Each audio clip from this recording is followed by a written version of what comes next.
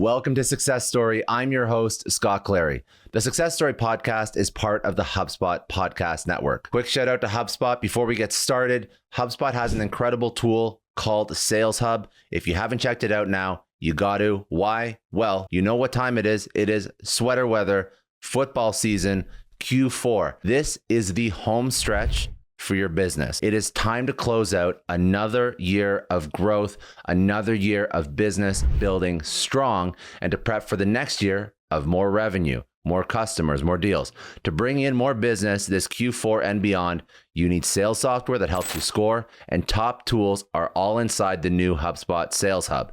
With a customizable prospecting workspace, smart deal management, and AI-powered apps, you can take total control of your sales operation and manage your people and your pipeline with ease. They've built it and designed it all into an accelerated workflow baked right into your HubSpot CRM.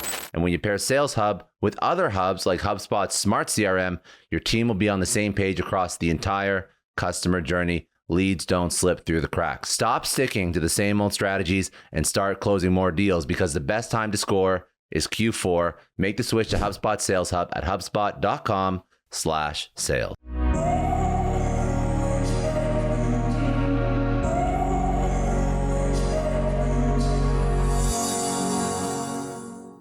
Yeah, I mean, it's definitely the most recent fork in the road, essentially, which was when I graduated Duke Law School, went to go work for a big corporate law firm for nearly 8 years.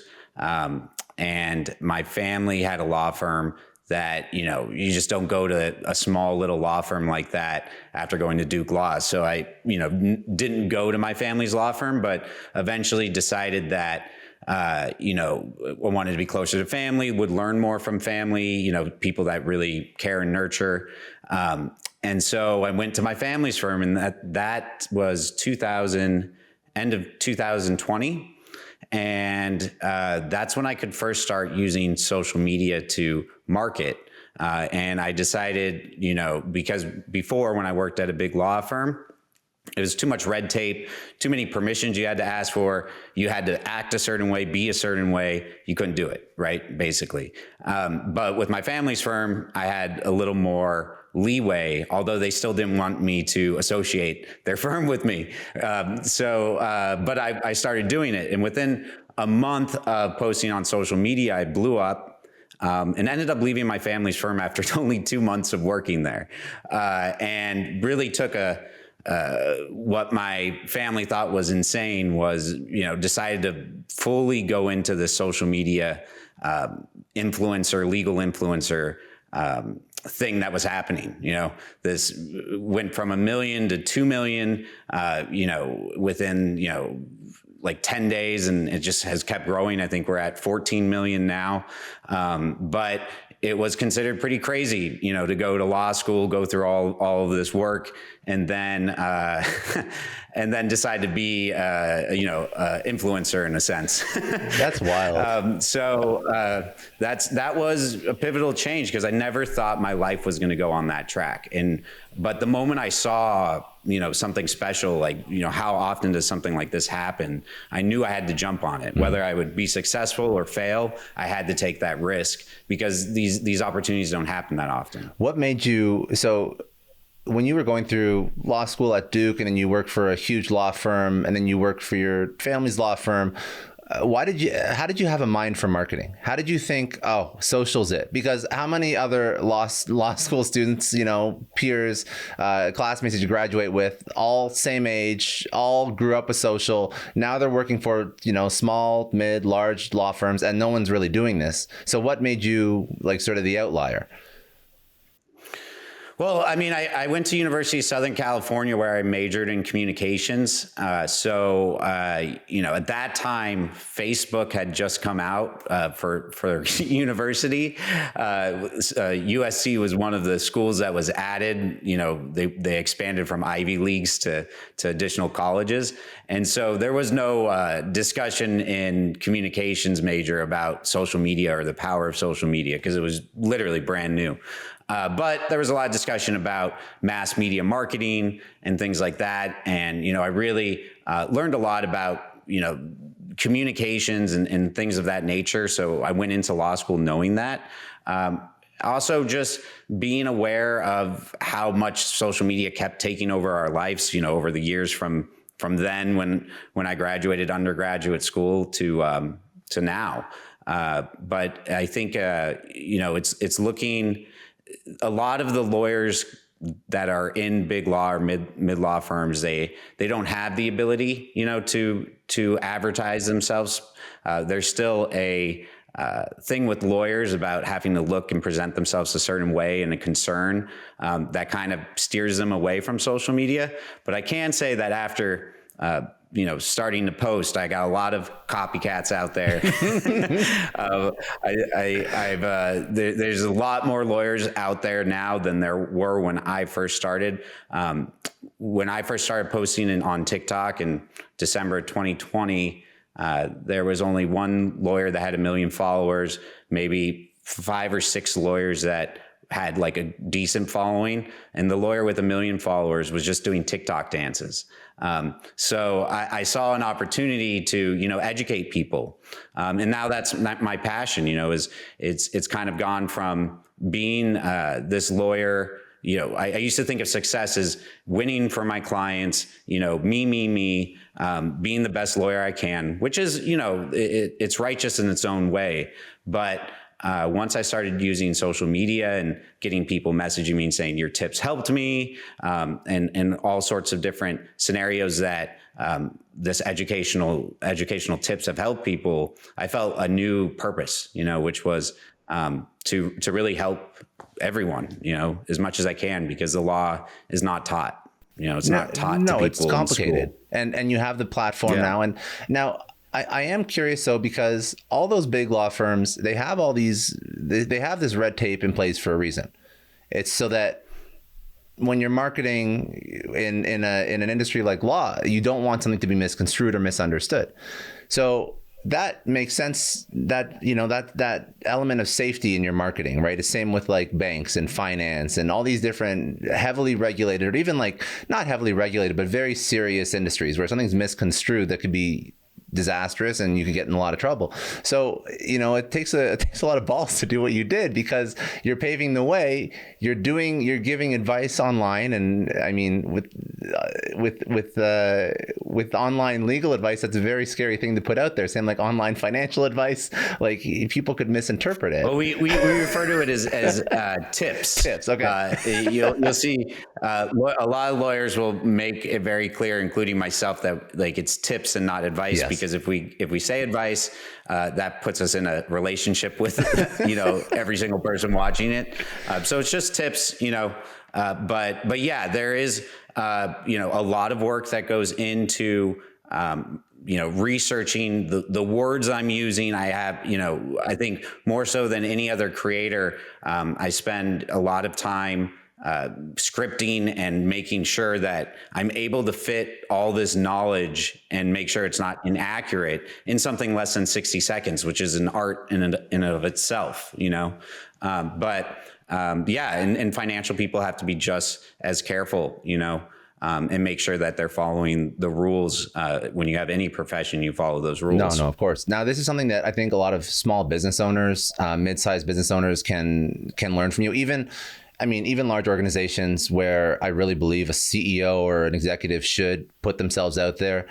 You look at some companies like Duolingo. Like Duolingo absolutely killed it, right, with their marketing, but a lot of companies don't.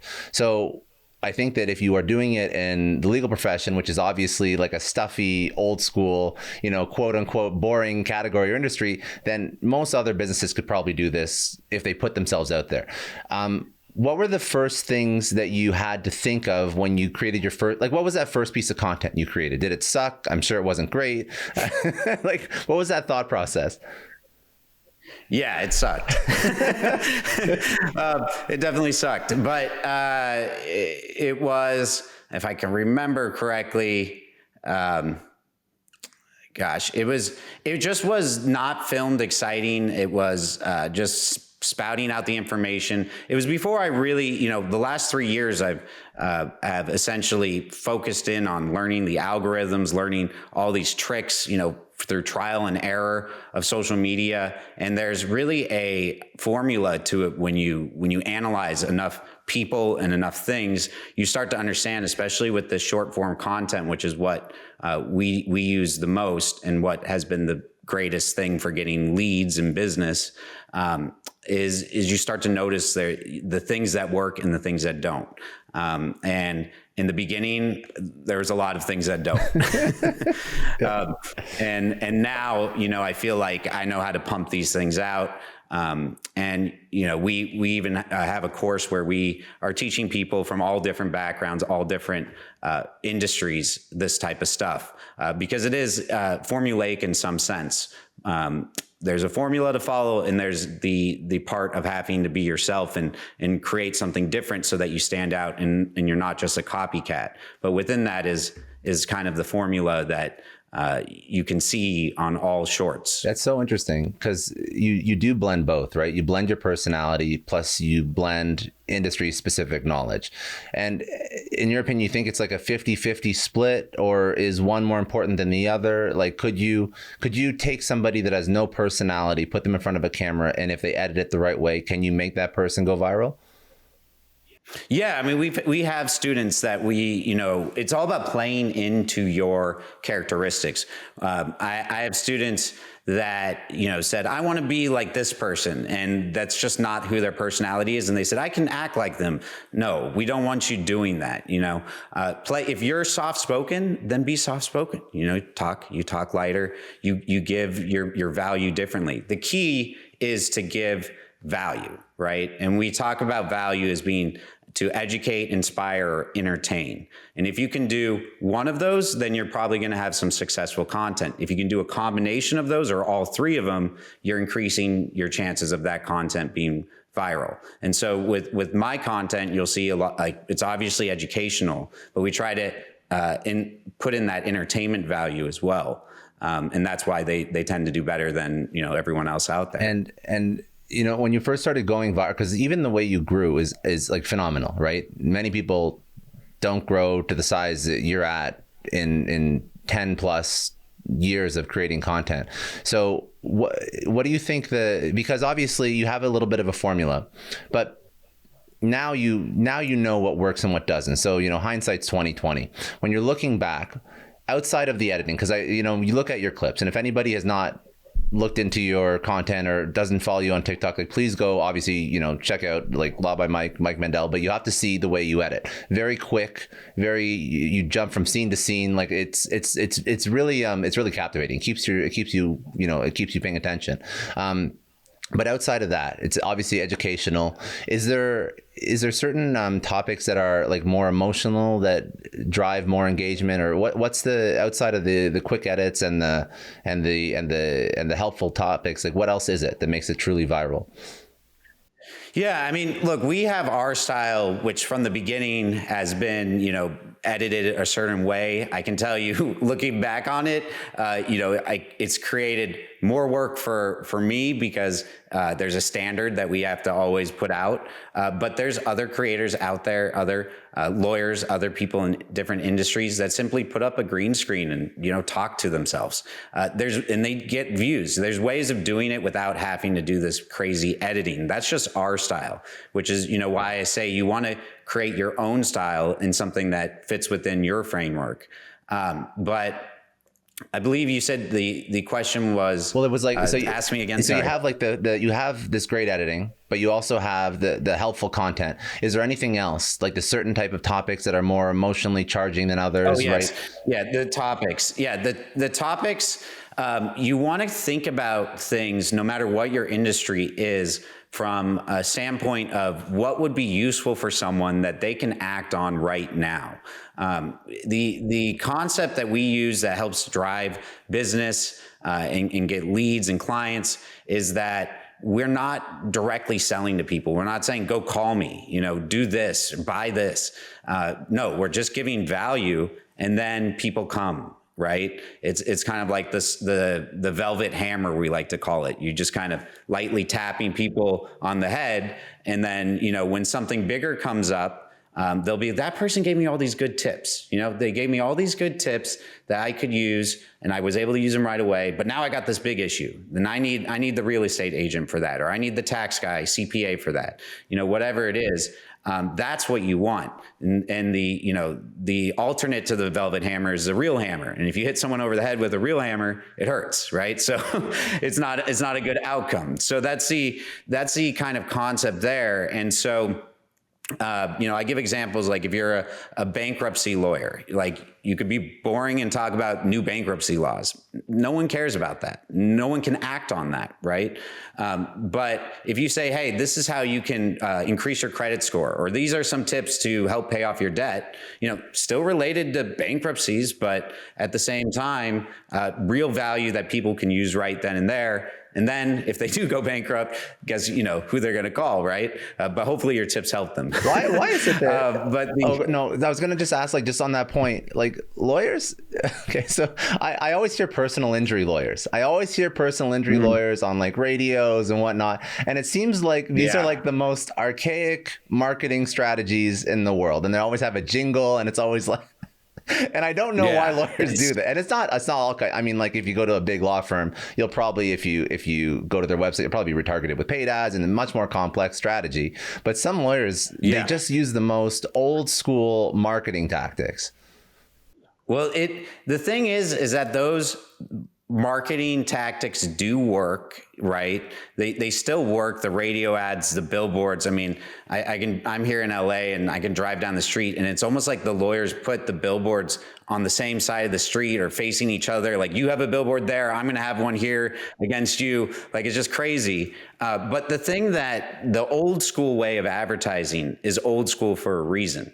And that's because you can put out television advertisements, radio advertisements, billboards. It's a one-way street. It says, hey, call me. Hey, do this, right? But with social media, you're creating a two-way street. You're putting out content of value, but also opening up dialogue. You have the opportunity to talk with someone who goes, I don't understand this, or I want to learn more information. You don't get that, the same way with a billboard. You're literally just shouting at the person, right?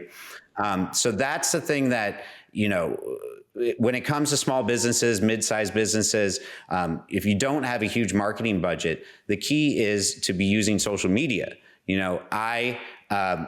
All social media costs is your time, right? You just need an iPhone. We teach this in our course as well. Like all you need is an iPhone and some time. That's what I started out on. Versus you want to do radio ads, you want to do paid advertising online, you want to do any of that stuff that's not organic, you got to have a big bankroll for that, So this is the easiest way to get, the outcome you want without having to spend the money. Yeah. And another thing too, that I think you're a really great example of, because social media is great at taking very complex issues and simplifying them. And I think if we're talking to business owners that are sort of on the fence about putting themselves out there, they're trying to figure out, well, all I need is time and an iPhone, but my time has, a cost associated with it. And if I'm going to spend time filming, what else could I be spending on for my business? But when you think about the ability that you have to take complex issues and simplify them and educate an audience, I think that business owners should understand that they actually can simplify some of the more complex topics that they know inside and out, because to their target audience, depending on the complexity of the audience or the potential customer, but to their audience, they may not need to know it at the same level as the business owner. So business owners are going to get inside their own head and they're going to say, well, how can I possibly talk about whatever product or service in its entirety in 30 to 60 seconds? Like, that's not what you're doing at all. No. And that's not what people want. And, this goes back to that point I was making that, you want to provide value to people, something that they can act on now. If you're getting too much into the weeds, that's the type of thing they should be calling you for, right? To give an example with the legal content, it's like, hey, you don't have to answer the cops' questions, invoke the fifth. I mean, that's simple, quick tips that, again, they don't teach you in school, right? But it's a very quick way and simple way of explaining a right you have. Of course, there's all these different exceptions and things, and all different things with that. And that's maybe a different video talk about those. But I think there's, no matter what your industry is, there's a way to present things in a simple way. And we have different ways that we think about topic ideation, whether it be, visually showing someone like you had in the act of doing something versus giving insider tips, kind of like my content, first, answering frequently asked questions or questions that people are constantly Googling that they don't understand, like the basics. There's just so many different ways of presenting stuff that, you can really figure out a way to connect with your audience by doing it correctly. Let's talk about the time investment as well, because people are trying to figure out, is it worth my time? So when somebody sort of gets on the social media train and social media content, it lasts for 30 seconds and then the consumer is on to something else. Like they scroll through it, they watch it, they scroll through it. And it does take a lot of exposure to a particular person or a business or a certain brand before somebody starts to remember them and it starts to really resonate, so that when they have a legal issue, they think of Mike. That's going to take a couple pieces of content over a period of time. So the business owner's like, well, okay, how much time do I actually have to put out 2, 3, 4, 5, 6 plus pieces of content per week? And I have all these different platforms I have to worry about. So what's the strategy for somebody who just wants to start, doesn't have tons of time, wants to show up in front of an audience again and again and again, because they know that one piece is really not going to make a big difference. So they have to have some sort of predictable strategy and schedule, right? So how do you get them just started with some sort of content schedule? Yeah, we talk about this in our course. The bare minimum that I would like to see someone post is once a week. Preferably more like twice a week. But, we organize stuff, and we explain this in our course. It's about blocking and putting tasks together, where we essentially say that if you can devote, 4 hours a week, you can get 2 videos done. And when it comes to the posting and I'm talking about, that's from topic ideation, scripting, editing, and filming, assuming you're doing all of that. There's, depending on your funding and what you have available, you can outsource certain things and make it easier on you. But that's what we have figured out. And the idea is to constantly post at the same time every day, same time each week on that day. You want to think of your content like a TV show.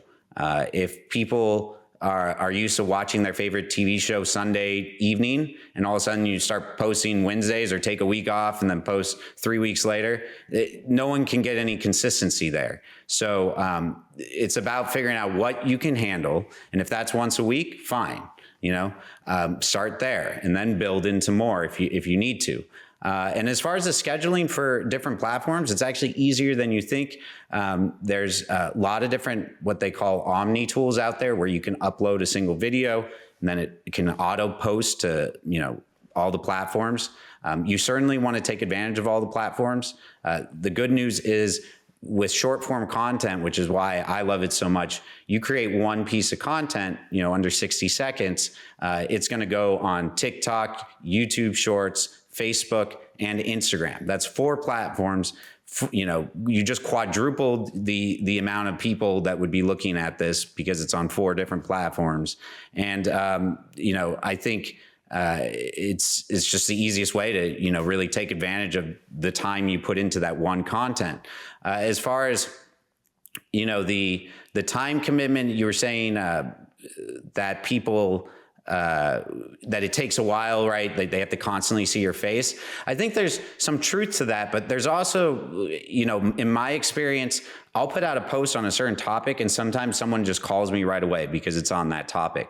So sometimes it's it is because you're talking about something that someone is going through that issue right now, or has that kind of problem they need solved, or looking for whatever product it is, whatever it may be. But the key is the consistency of putting out the posts, engaging with your audience, building a community, and if you have a community of like, even if it's only like 100 people, but they like love your brand, that is better than any advertising will ever give you, because these people also go out. I've gotten referrals and clients from people that found me online, but now through word of mouth told someone else who's never seen me online. So it's going like a different level, so it's just if you're not taking advantage of this, it's 2023. You got to do it. Like, you got to do it. It's like, yeah, I know. And I know we're both believers in this. I mean, we're creating content nonstop. I mean, I took a different approach, and I'm actually curious about your opinion on this. So I thought when I first started this podcast, for complicated issues, it would make sense to do long form. That way you can have a conversation about it. You can get into nuances and context. And you took the opposite approach. You went super short form, and you kicked ass, by the way. Like you have a much larger following. So I know that I have to focus more on short form stuff, but I'm wondering if, maybe it's the comfort level of the person with the medium as well. Because some people like to write, some people like to have casual conversation on long form podcasts, some people don't mind dabbling in the editing, and they mess around with like short form editing. So do you think that there is a certain type, like, I mean, I guess it would just be the platforms that have the best chance of going viral. If you can manage to go on those, that's the best opportunity. Yeah. So it's, our course focuses on short form content for a reason, because it is the fastest way to grow. There's nothing wrong with doing the long form content that you're doing, but you will never, even if it's as good as, the best content ever, it will never grow as fast as how short form content grows. And the reason behind that is, when it used to be, you only had Instagram, Facebook, and YouTube. TikTok comes in, and TikTok's algorithm essentially revolutionized everything. It was all of a sudden, off any one video, someone could become famous, right? Viral sensation.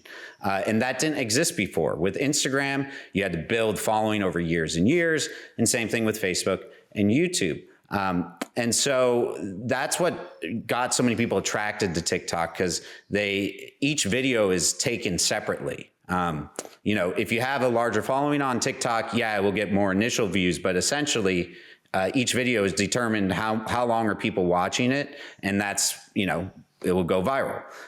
And so once that happened with TikTok, Instagram, Facebook, and YouTube started going, oh crap, everyone's going to TikTok and taking away our views. So then they all created their own versions of it, which all do the same thing, which lead to more eyeballs quicker than has ever been before TikTok showed up, more eyeballs seeing it, faster growth. And, because the platforms are competing, they are kind of pushing this content out more than any other content. So it really is like the prime time to be taking advantage of it. And with your, what you're doing, you can do long form content and cut it up into shorts. You just got to get good at it. Yeah. Exactly. And that's the way you do it. And you'll see a lot of that, online. I'm still, my preference still is to create specific short form content, because I know it does better, but you can still create good content doing long forming and making it into shorts. Yeah. And also, I think that another thing that is very important for business owners that are trying to start to create content, if they haven't already, is, like, to your point, you're answering questions that people care about. So this will allow it to monetize quicker. So if you are creating that very specific content for a short form platform like TikTok, Reels, YouTube, whatever. I mean, now they even have like Snapchat spotlights, which I don't mess around with, but I know that's a thing. If you're answering these very specific questions that the buyer could have, then that's going to turn into a lead much quicker than just a brand play, giving very, ambiguous, almost general information that maybe isn't so specified. Or if, for example, I cut a 30-second clip out of this, well, that's great. It could go viral, but it may not. It may be like a very, part of a conversation. It's not the most useful thing to somebody. It's a nice thing to listen to, but it's really not going to drive a point home like if I scripted out a 30 to 60 second show, right? It's a little bit different. Yeah. Yeah. And that's why we focus with our students so much on the scripting, coming up with the topic ideas. We have what we call the heartbeat method, and it's an acronym where each letter stands for a different thing that you can go down the list and, figure out a topic idea. Like you never run out of topic ideas on it. And then with the scripting, it's really, get all the information down, then you want to make it shorter. And we teach all of that, but it is starting from, the value and then getting it down, it's a different process than a podcast like this, where we're just talking and you don't have that straightforward, like almost like beginning, middle, end, which you would have with a script. Yeah. Yeah. I mean, like if you've, Mr. Beast, when he makes long form content, he starts with a title and then from the title creates the content. It's kind of a similar process. Start with the value and then create the content. When you're doing podcasts, they just don't work in that way. And that's not to say that you can't get a viral clip in there, but there's just a different methodology when we're doing it with shorts. And you mentioned as well, like this was a great lead gen tool for you. So obviously you start putting out content, leads start coming in. Let's talk about monetization, because I think sometimes when you're building an audience, people think, okay, so how do I actually make money out of this? Again, it all ties back to the time investment from the business owner. So when is this actually going to turn into leads? So if we sort of, agreed on the fact that if the content is answering questions, eventually they will turn into leads, but the business owner is going to try and get that content turned into leads as quick as possible. How do you balance the monetization of the content and not being too salesy but still getting that end result? Yeah, I think, from time to time, depending on your industry, you can, ask people to reach out. The reason why I say depending on your industry is, as a lawyer, if I say something like, call me, it becomes an advertisement, and there's all these disclosure requirements and things you need to do if you're asking people to contact you versus just giving tips out. But depending on what your niche and industry is, you may not have those restrictions. You don't want to go overboard with telling people to reach out to you. You can say, DM me for more information, things like that. But if you're doing it too much, then you become a sales pitch, right? But with the monetization, within our program, we have automation. I have a chatbot I use that, at least figures out what people want when they DM me. There's ways to make life easier when it comes to how do you take viewers to actual customers and clients. I think, that those type of tools have been incredibly useful for me, because it's nearly impossible for me to read and answer every single DM I get nowadays. But the bot, is able to collect, contact information, figure out what their inquiry is about, and then send it to the right person. And so that's, incredibly time-saving thing. And I think, when you're first starting out, you really just want to make sure that you may not need that, or let me strike that. When you're first starting out, your focus should be on building that community, because you may not get someone reaching out right away, but you're building your brand presence, and it's a time commitment, but like we said, 2 to 4 hours a week. I mean, come on, you can make that time. And I can promise you, the money that you have to spend on ads is not going to build a community, because they are only seeing the ads. They're not like coming back to your page. Yeah. So, you're paying per view, and that's it. And maybe someone clicks on it because they have that concern or issue. But in general, you're not adding to your brand and building your brand and you keep doing this for 1-2 years, now your community is bigger and bigger and bigger, and things keep going. But from when I started doing this, I instantly started getting messages, and I think everyone has that ability. It's just putting out consistent content. We're just going to take a quick break. Thank the longtime friend and sponsor of the show, the HubSpot Podcast Network. They have incredible podcasts. One of my favorites, one that you have to check out this month, is Nudge, hosted by Phil Agnew.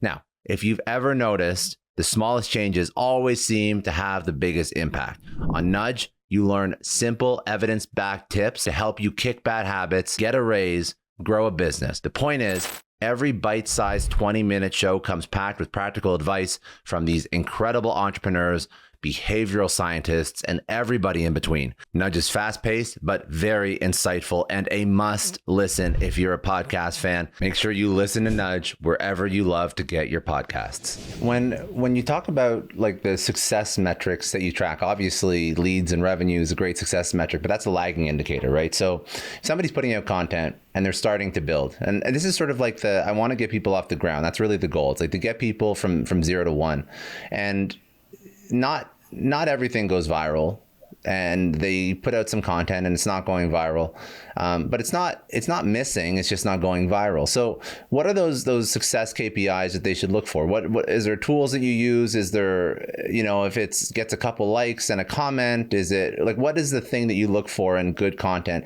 if it's not going viral? Obviously viral is the best option, but not everyone gets it right away. I like to look at, bad content as well, because you can learn a lot from your bad content too. But there's certain metrics that are really important. On TikTok and YouTube, you can see retention graphs, which show, how long were people watching, and then when did they drop off.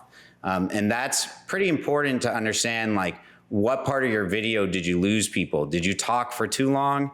Did your hook suck and, the people just dropped off right away? Those little things you want to analyze, what's working? How can I say this video better if I was to do it again based off, the retention graph? And there's other metrics to consider that, honestly, one of the least important things is the amount of views, although that's what everyone just focuses on. But really, you want to look at comments, shares, saves.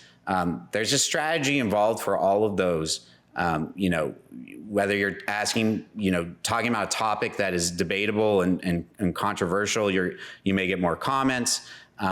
If it's something very useful, people will save it or share it. And depending on what your goal is, whether it's to communicate more with your community, build a more loyal community, or just to have your videos out there that people are saving because they're so useful and then they come back to it later, that kind of can guide your strategy as to what type of content as well. But, you just want to take note of what's working, what's not working, looking at the retention graphs.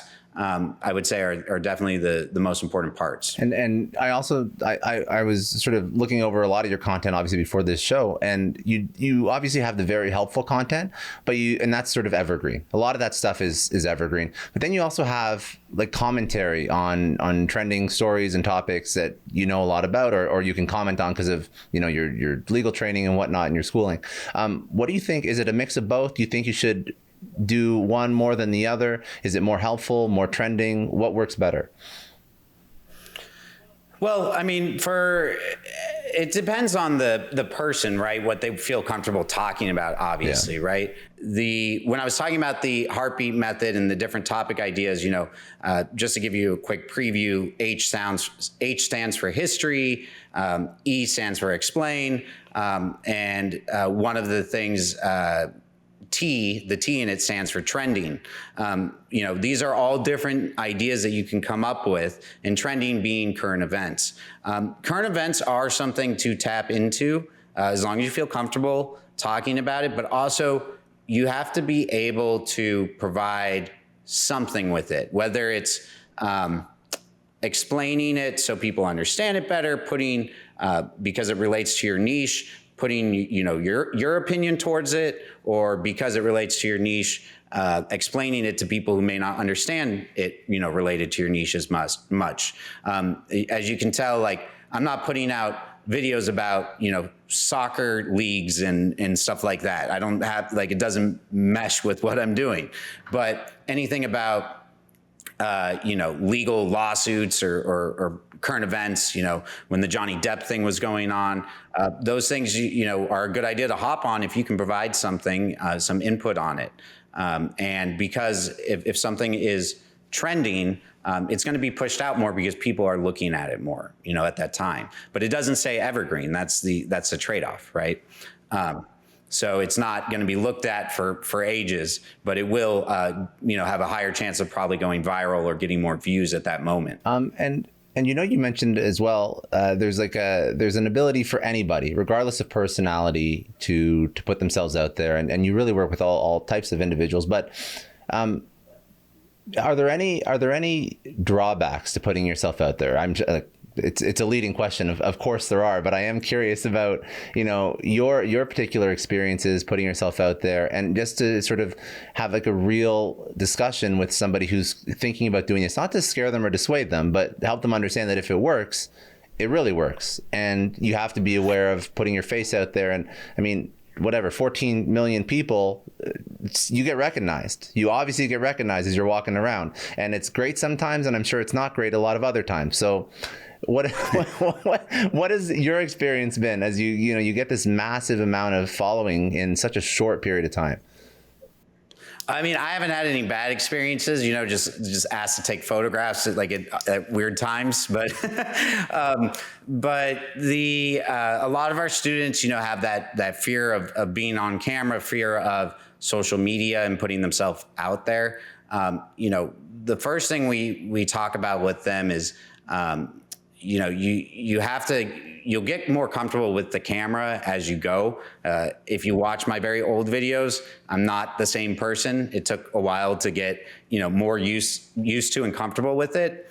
And then the fear of, social media, some people are like, well, what about if people say negative comments?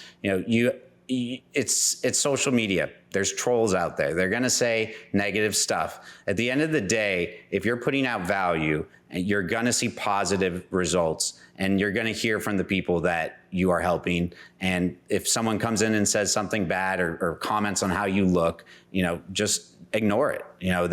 It's part of social media. If you're really against, being on camera, you can maybe hire an actor to represent your brand. But without a doubt, there needs to be a face. For this type of short form content, there needs to be a face representing the brand, because people relate to people, not to an object. So that's kind of the key to it. But for anyone just starting out, just stick with it. Don't get discouraged, and things will become more natural as you keep going. And haters gonna hate. No, it's also I think those are great words of wisdom for somebody who's just starting, because again, your success is incredible and well deserved, and obviously you've really leaned into being on camera, but it's not like hasn't been like a learning curve for you. But still, the amount of followers in a short period of time is incredible. Not everybody is going to get 14 million followers in 2 to 3 years, but to your point, if you're selling a product or service, you don't need 14 million people to make a shitload of money off social media if you have a great community of people that could buy your product or service. You need a couple thousand at most, in all seriousness, and that could be a huge net positive for your business. So I don't think, you are a special example of what could happen, but it is not what needs to happen at all. Yeah. Yeah, I mean, we helped one of our students get from 0 to 60,000 followers also on TikTok. If people lose sight of how many people that actually is. Like if you saw 60,000 people in a room, that'd be a big ass audience.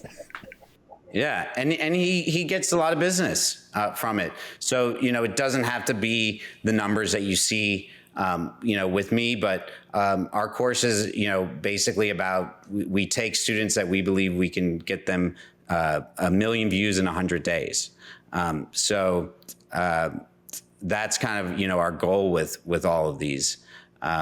things is just get your content out there. But again, don't get caught up on the numbers. It's more important to get caught up on creating a good community, because what is it, the business that says like relationships are something like, it's something like business is based on relationships or something like that, right? It's one thing to get a view. It's another thing to create a connection. But you can only create that connection by putting out this content, right? And then engaging with people. And that's how you do it, because that's how you make a lasting bond with people that come back. And when you, well, obviously we'll drop the link to the course and what you're basically building now in the show notes, but just so that people understand, if people actually did want to work with you and work with your course, the way you set it up, they don't need to hire an editor. They don't need to outsource. Like day zero is just them and a phone, right? Because I know there's, you can go on Upwork or Fiverr, or you can spend a lot more money building out a little team or finding somebody to hire. But right now you're teaching somebody phone, record, edit. Yeah, our course, we wanted to make essentially like a master class, right? When it comes to creating organic social media content. And so it starts off with, defining your brand, defining your ideal audience. Then we get into, the basics, like what equipment you need, which is essentially your phone. And then the topic ideas, the scripting. We teach you how to edit on we actually teach you how to edit on two different types of software. One is more advanced, which is, Final Cut and that type of stuff. But the easy one is CapCut, which anyone, I think my mom could do it, it can use. And we teach you how to edit on that. And then, all the techniques for posting and, maximizing your videos through hashtags and titles, and then finally, analyzing the analytics. But it is, it's something that one person can do. We even teach you how to film as if, we show you how to do it if you're one person, how to do transitions, show you how to do it if you're two people, show you how to film, different ways if all you have is you and a tripod, or if you can get, a family member to help you out, whatever it may be. We wanted to make sure that we had something that would take someone from A to Z who doesn't really understand social media, who doesn't have editing or filming experience, but still teach them how to do all this. I love that. If you had to do one thing differently when you were starting to post, starting to create content after all that you've learned, what was that one thing that had the biggest impact? One thing differently. Let's see. It's tough. It's a tough question because the success is like the endless iteration of 1,000 different things. But I'm putting you on the spot and I'm forcing you to try and think of one takeaway. I think. Hold on. Let me think of this for a second. There's just so many different things that I could say.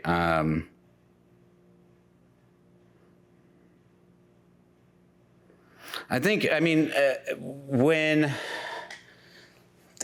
guess there's a couple things. When I first started out, like on TikTok, I was also posting to Instagram, but I tried posting to YouTube Shorts in the beginning and didn't see success right away, like I had seen on TikTok, within 2 months. So I stopped posting on YouTube Shorts and didn't return back till a friend of mine was talking about how they were growing so much. So I decided to go back to do it 8 months later. Now we're at 2.5 million subscribers on YouTube. But, I gave up too early, right? And I think that goes back to the point for everyone that don't get discouraged. You got to keep putting the content out. If you feel good about what you're putting out, then you'll care less about the results and just know that you're putting out something good. It will come eventually. Like I said, the algorithms are set to find people that will like your content, right? So as long as you're not putting out trash, it's going to find the people that are right for it. It just takes a little time. I think that's one of the things I wish I would have done differently, but also the other thing being really, I think in the beginning, I didn't have a good schedule for making this content. It was constantly like, just got to put out a video. I got to put a video, manic, like video. yeah. And it was like manic. And over time I developed like, okay, this is my scripting day. This is my filming day. This is when it's editing. This is when I plan, and it just changed everything, and made this into a machine. But before, in the beginning, it was like, it was crazy, and it was something that when what we were doing, we were trying to post a lot. So it was, it was crazy not to have good organization there. And just another tip to throw out there for everyone, if you're just starting or haven't started yet, one thing that will make your life easier is to build an inventory before you start posting. Once you start posting, you'll want to keep posting, like I was saying, the same cadence, once a week or twice a week, whatever. But if you haven't really started yet or just going to start, you can build up 10 videos, and then, you just got 10 weeks done, and now you don't have to stress. Don't put yourself what I went through. So that's kind of, I guess the two things that I would have done differently is being more, willing to consistently post and try things out when they weren't working on YouTube Shorts, which applies to any platform. Keep going with it, and also making sure that you are organized in doing this, no matter what amount of content you're trying to put out. Those systems can make or break you, and those systems can be. Yeah. Well, it's because most people try and do this on top of their day job or on top of running their business, right? So if you don't have those systems locked down, that's where people fall off, because they don't, and it's silly because people build systems in every other part of life. They have their morning routines, they have their gym routines, they have their business routines, they have their work routines, but they think, oh, I'll just ad hoc create stuff to post. And it doesn't, you'll get 2, 3, 4, whatever. Then you're like, oh my God, this is too much work. So, and I think that that 10 piece tip is almost like forcing somebody to batch create content before they even start. Yeah, that's exactly it. Get yourself some padding, and then it's important to put down time slots for whatever the task may be into your calendar, like you do everything else, to keep yourself on track and organized. If people want to, so I love this, and I want to give you just a second to drop some of your handles. If people for some reason have not seen you yet or haven't followed you, where should they go? But also, where should people go to reach out about the course? Where should people go to reach out to you? Like, where do you want to send people if they want to connect? Yeah. If you haven't seen my social media, you can go to Facebook, YouTube, TikTok, or Instagram at Law by Mike. So same name across all the platforms. If you are interested in our course, I think you're going to drop the QR code on this, right? But it's just impactandinfluence.net. Our course is called Impact and Influence. We actually just won an award for it. So that's how you can access the course. And then if you want to reach out to me about the course in any way, you can email Mike at impactandinfluence.net. Awesome, man. Okay. Last question I ask everyone. So obviously you've had like many seasons to your life and your career. Between law school to big law to family law to now social media and whatnot. So it spanned a lot of different things. But at this point in your life, what does success mean to you? Yeah, I think that this kind of goes back to what I was saying in the beginning, where, my mindset as someone coming out of Duke Law School as being a lawyer was success as being the best lawyer, winning the cases, learning, how to be the best. What I was, becoming was the, trial lawyer, right? Becoming the best, trial lawyer, speaking, to jurors, convincing them, et cetera, and winning cases. But because of this fork in the road that happened with social media, I saw a change, which was helping people who reach out, seeing how my content, is changing lives and for the better, and educating people about things they don't know, so that they know their rights when they're pulled over by the cops. They know, they're better equipped to handle the legal system. That was the definition of success for me. The more people I can help.